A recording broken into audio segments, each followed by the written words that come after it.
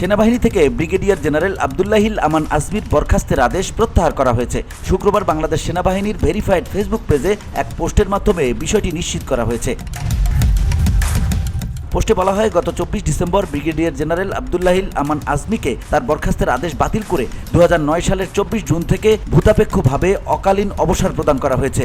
উল্লেখ্য, 2009 সালের 24 জুন থেকে ব্রিগেডিয়ার জেনারেল আব্দুল্লাহিল আমান আজমি পিএসসিকে প্রযোজ্য সব ধরনের আর্থিক ও অন্যান্য সুযোগ সুবিধা সহ অকালীন অবসর প্রদান করা হয়েছে। একই সঙ্গে এর আগে প্রতিরক্ষা মন্ত্রণালয় থেকে জারি ওই অফিসারের বরখাস্তের প্রজ্ঞাপনটি বাতিল করা হয়েছে।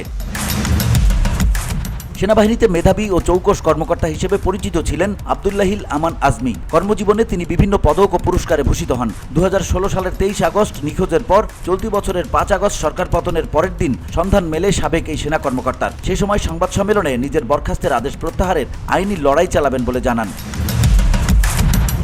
VOD Bangla news desk.